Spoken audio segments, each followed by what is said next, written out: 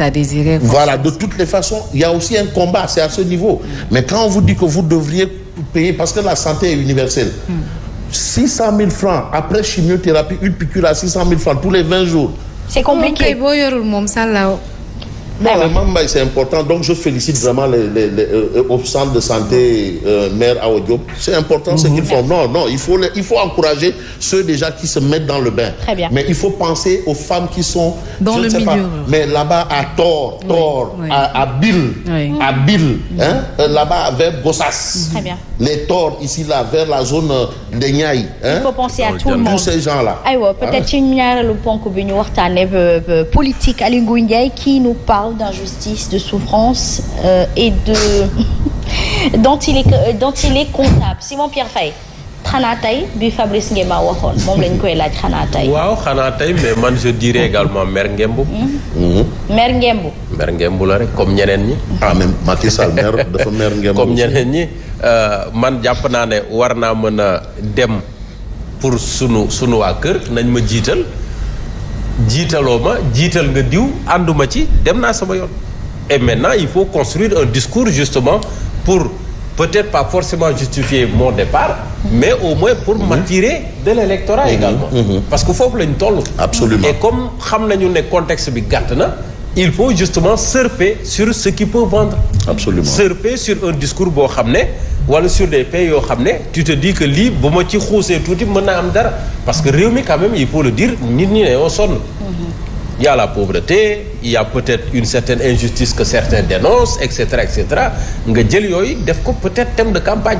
Mais est-ce que ce n'est pas trop tard jamono ji ñuy waxtaanee moom nekk na fi ministre de l'Intérieur yàggut nekk ministre de l'Agriculture yàggut. Donc est-ce que moom il n'est pas comptable justement de cette injustice. On a envie de dire pourquoi maintenant. Absolument. Pourquoi maintenant. xaar ba léegi. waaw pourquoi xaar ba léegi bi mu nekkee en retrait. Peut-être c'était juste une parenthèse mais après il est revenu comme ministre de l'Agriculture.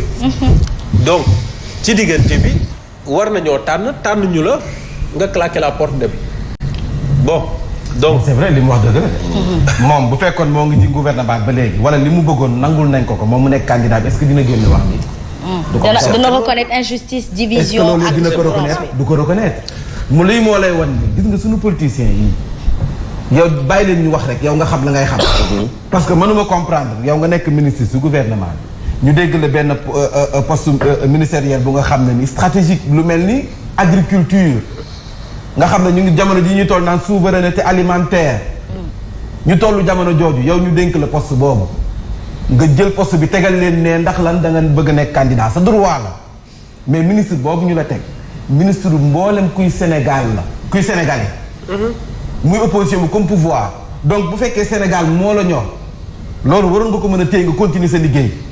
parce que Sénégal moo la ñor mais da nga jël yow sa intérêt bopp muy poste bi nga bëgg. sa droit la nag kenn du la ko bañal. parce que tu es ambitieux d'accord nañu. nga jël loolu nga jiital loolu jël lee tekkanee. ba noppi commencé xarab la nga xam ne mooy fa nga jóge te ba pare gouvernement boobu nga xam ne sa nga bokkoon tey jii nga war ko teg ci table ji di ko dogot. te xamoon ne tu es comptable et puis moom wax na ko. il est comptable. comme xam na ne il est comptable rek. il a contribué à ça. na génne kon feneen moo gën lu muy wax nii. parce que luñ nangulul Aminata Touré ba mu génnee si gouvernement bi di wax. commencé dal gars yi may ñu ko dara. Aminata Touré dafa nangalul comptable. luñ nangulul kii nga xam ne mooy nu mu tudd Mame Boye Diao ba mu génnee si saa si dem naan dama doon dem ñu téye ma xaw ma lan. duñ ko nangul moom Aly Ngouille Ndiaye. ñoom ñu nekkoon si mouvance présidentielle génn ngemb. comme muy Boun Abdallah Dionne bee boo ñu waajal luñ fi critiqué gars yi daal ci seen kaw. ndax ci lañ bokk. si la ñu bokk. non mais il y a un problème aussi. si la ñu bokk mais est-ce qu'on devrait reprocher parce que Aly Ngouille Ndiaye pour comprendre pour me comprendre Aly Ngouille Ndiaye moi je vais d'abord dans son vécu politique qui est Aly Ngouille Ndiaye. parce que avant ngay wax lii ça c'est les effets comme on disait en histoire immédiats. Il y a des effets lointains. Et il y a des effets immédiats. Mais quand moi Aly Ngouille Ndiaye, on sait que Aly Ngouille Ndiaye au sein du Parti démocratique sénégalais a mené une guerre farouche contre Habib Sy dans le Linguère. C'est vrai. C'est un vieux combattant. C'est-à-dire voilà quelqu'un qui n'a pas rejoint Macky Sall avant hier. Voilà quelqu'un qui ne se dit pas transhumant, qui n'est pas arrivé avec Macky Sall entre les deux tours. Lui, il a accepté de souffrir le martyre au moment où on a sorti Macky Sall de l'APR. Donc, en fait, il se dit soutien authentique. Maintenant, bon, peut-être qu'il est contre un fait, c'est-à-dire le sorti en Borom.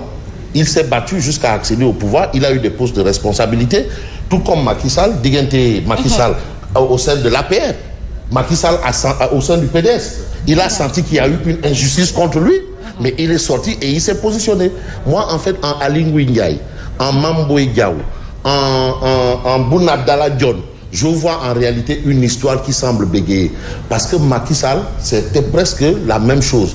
Niasse et Djiboka, avant, c'était quasi pareil, sauf qu'ils n'ont pas accédé au pouvoir. C'était quasi pareil. Donc ça veut dire quoi? Ça veut dire que cette position-là, il ne faut pas du tout, alors là, pas du tout les minimiser.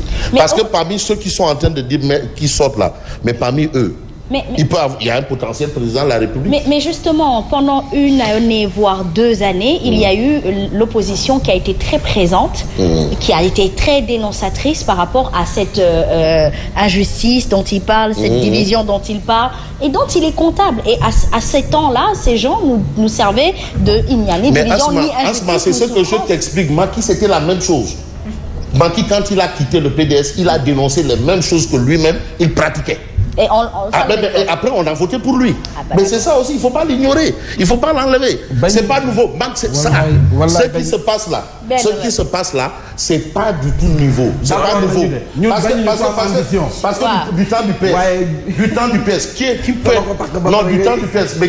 mais qui est plus comptable mais que Niasse. Mais les Sénégalais n'accepteront pas. Non, je dis non, ça c'est toi qui le dis. Les Sénégalais, c'est pas toi. Mais attends, non, qui est plus comptable? Non, la politique, c'est pas une question de révolu. Qui est plus comptable du régime socialiste que Moustapha Niasse? Mais pourtant, c'est Moustapha Niasse qui a presque fait tomber le régime socialiste. Mais il faut comprendre une chose. La démission d'Aly Ngouille Ndiaye du gouvernement, c'est vrai que le gouvernement, c'est la République. Mais sa démission du gouvernement, c'était un acte politique. Mais bien sûr. Maintenant, c'est cet acte politique qui a aujourd'hui des ramifications jusqu'à ce que Aly Ngouille Ndiaye puisse construire un discours politique. Mais oui. C'est juste ça. Mais il a ce droit. Mais Macky a démissionné de l'Assemblée. La démission de Macky de l'Assemblée. Mais non, pas parce qu'il m'a permis à Mame Boye Diao de faire sa revue des titres. Mame Boye, fais ta revue, ouais. La démission de Macky Sall du poste de député et de maire de Fatick, il a démissionné. C'est des actes politiques. Fabrice, nous comprendre mot de militant yewoon comme li Waly Ballago Seck way magi Demba ya loolu militant yi Demba ya la waaye militant yi kenn du leen nax. doo lekk si cere ji ba géex génn fi naan cere ji dafa tax a suuf dafa xajan ki amatul. On attend les résultats finaux. La présidentielle c'est là-bas, mais pour l'instant on analyse que les faits. Voilà, tey nag Bougane Gueye Dany moo yëg ci kaw tribune bi.